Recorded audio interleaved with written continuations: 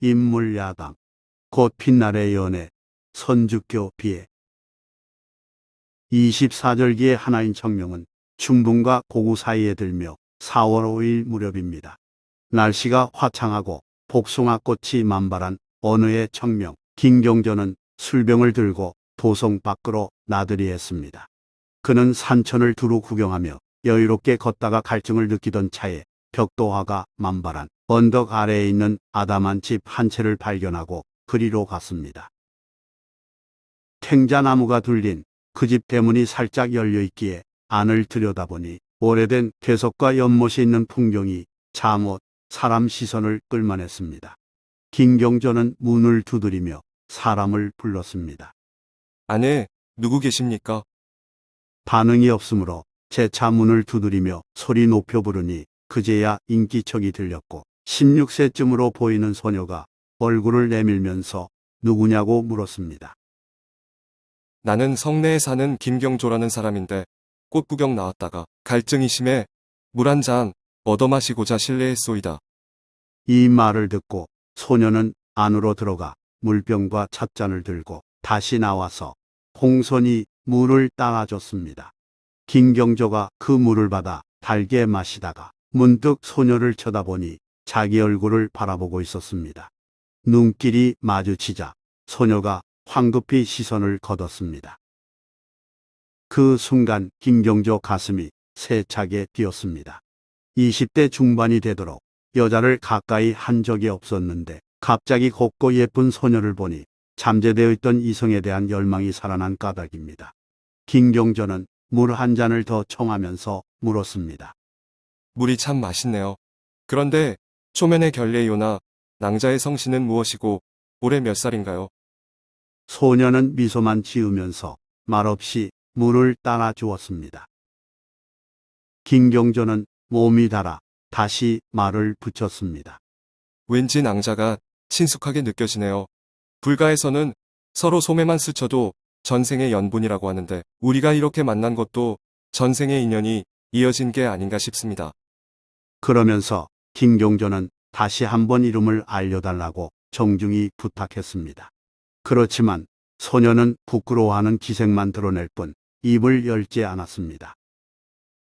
김경조는 더 재촉하지 않고 두 손 모아 고개 숙이며 작별 인사를 했습니다. 마음이 몹시 서운하지만 이만 가보겠습니다. 물을 주셔서 고맙습니다. 김경조는 떨어지지 않는 발길을 떼어 돌아서서 걷다가 언덕에서 고개 돌려 그 집을 바라봤습니다. 아무도 없을 줄 알았는데 뜻밖에도 소녀가 대문 기둥에 몸을 의지한 채 김경조의 뒷모습을 보고 있었습니다. 김경조가 한 손을 살짝 들어 인사하자 소녀는 수줍어하며 안으로 들어갔습니다. 집으로 돌아온 김경조는 한동안 공부에 집중하지 못했습니다. 아리따운 소녀가 자꾸 떠올랐기 때문입니다. 한 달 넘게 가슴앓이하고서야 간신히 책에 집중할 수 있었고 과거 합격을 목표로 학업에 매진했습니다. 세월은 흘러 겨울이 지나고 다시 봄이 돌아왔습니다. 벌써 청명이구나. 청명이 되자 김경조는 지난해 우연히 봤던 소녀 얼굴이 떠오르는 바람에 공부에 집중하지 못했습니다. 아무리 각오를 다져도 들판을 뛰노는 망아지처럼 마음은 그 소녀에게로 달려갔습니다. 안 되겠어. 얼굴을 한번 보고 와야겠어. 김경조는 자리에서 벌떡 일어나 성 밖으로 나가 벽도화 빈집을 향했습니다. 벽도화는 하얀 꽃잎이 여러 겹으로 피는 복사나무 꽃입니다. 언덕을 넘어 그 집 앞에 도착하니 김경조의 심장이 쿵쾅쿵쾅 심하게 뛰었습니다. 그런데 이게 웬일인가요? 어찌된 일인지 대문이 굳게 닫혀 있고 아무리 사람을 불러도 아무도 나오지 않았습니다. 김경조가 담 너머로 안을 기웃거리며 살펴보니 방문이 모두 닫힌 게 사람들이 잠시 집을 비운 듯 싶었습니다. 하필이면 오늘 어디로 나갔단 말인가? 한참 들떴다가 기대가 온나 상심한 김경조는 온몸에 맥이 풀린 나머지 주저앉았습니다. 그 자리에서 그렇게 한참을 기다려도 아무도 나타나지 않자 김경조는 휴대한 필랑에서 북과 목통을 꺼내서 그 집 대문에 시 한 수를 적었습니다.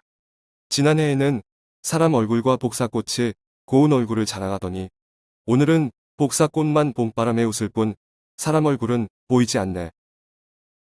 김경조는 자기 이름을 적은 뒤 아쉬움을 가득하는 채 그곳을 떠났습니다. 그날 밤 김경조는 계속 뒤척이며 잠을 이루지 못했습니다. 가족이 역병으로 몰살했거나 아니면 소녀가 어딘가로 시집을 간 건 아닌지 뒤늦게 걱정됐기에 그랬습니다. 소녀 가족이 이사 갔을지도 모른다는 추측마저 들어 김경조는 한순간도 안절부절 못했습니다. 도대체 무슨 일이 있는 걸까? 다음 날부터 김경조는 기력을 잃고 드러누웠습니다. 단단히 상사병이 나서 공부는커녕 음식도 삼키지 못하고 중환자처럼 앓았습니다.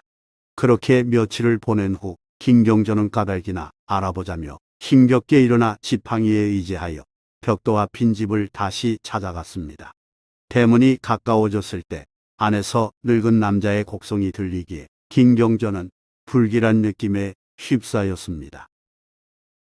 김경조가 급히 가서 대문을 두드리며 사람을 부르니 안에서 초로의 남자가 나와서 문을 열어줬습니다.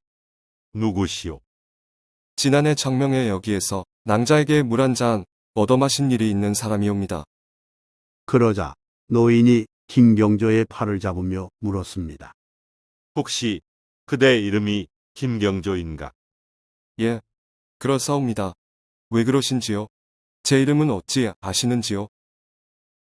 김경조가 연이어 반문하자 노인이 매풀린 표정으로 말했습니다. 아이고, 이 사람아. 진작 오지 그랬는가? 김경조가 어리둥절해하자 노인은 흘러내리는 눈물을 닦으며 사연을 말했습니다. 지난해 봄부터 무남동녀 딸이 가끔 눈물을 보이고 대문 바깥을 살피는 등 이상히 행동하며 침울하게 지내더니 올해 청명날 외출했다 돌아왔을 때 대문에 적힌 글을 보고 크게 절망했습니다. 그날 들어놓은 딸은 식음을 전폐하고 시름시름 며칠을 앓다가 지난밤에 이윽고 숨을 거뒀습니다. 여기까지 말한 노인은 김경조에게 자기 딸을 죽인 것이나 마찬가지라면서 슬피 울었습니다. 김경조가 비록 늦어서나 망자에게 작별 인사를 나누고 싶다고 말하자 노인이 방으로 안내했습니다. 김경조는 단정히 누운 소녀의 뺨을 어루만지며 하염없이 눈물을 흘렸습니다.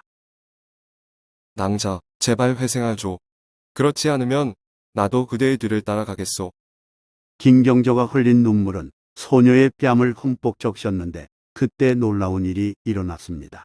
소녀가 돌연 휴하고 숨을 내쉬면서 살아난 것입니다. 깜짝 놀란 김경조가 급히 노인을 부르며 그 소식을 알렸고 방 바깥에서 서성이던 노인이 방으로 뛰어 들어왔을 때 소녀가 눈을 떴습니다. 잠깐 잠잤다가 깬 것으로 생각한 소녀는 뭔 일인가 싶은 표정을 짓다가 김경조를 발견하고 얼굴을 붉혔습니다. 노인은 기뻐 어쩔 줄 몰라 하며 딸의 얼굴을 어루만졌고 이내 밖에서 장례를 준비하던 사람들에게 어서 방에 불을 떼고 미음을 쓰라고 말했습니다. 그리고는 김경조에게 말했습니다. 자네가 내 딸을 살렸네. 나의 사위가 되어주겠는가? 김경조로서는 바라던 바였고 사춘기에 접어든 몸으로 우연히 만난 젊은이에게 첫사랑을 느꼈던 소녀 역시 원하는 일이었습니다. 상사병으로 이 세상을 떠날 뻔했다가 가까스로 살아난 양씨집 소녀는 김경조와 정식으로 혼인하여 단란한 가정을 이루었습니다.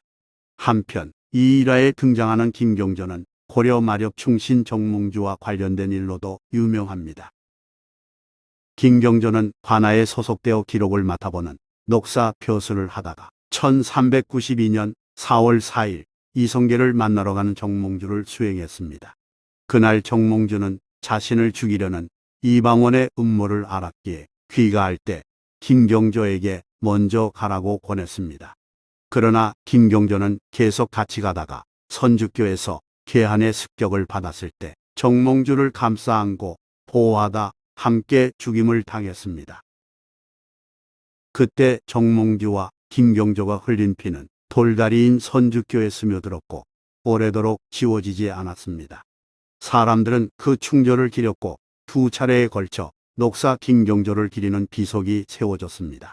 1796년 개성유수가 녹사비를 세워 그의 영혼을 위로했으며 1824년에는 개성유수 이영수가 글을 짓고 당대 명필신이가 행서체로 쓴 비석이 다시 세워졌습니다. 좋아요 및 구독은 영상 제작에 큰 힘이 됩니다. 고맙습니다.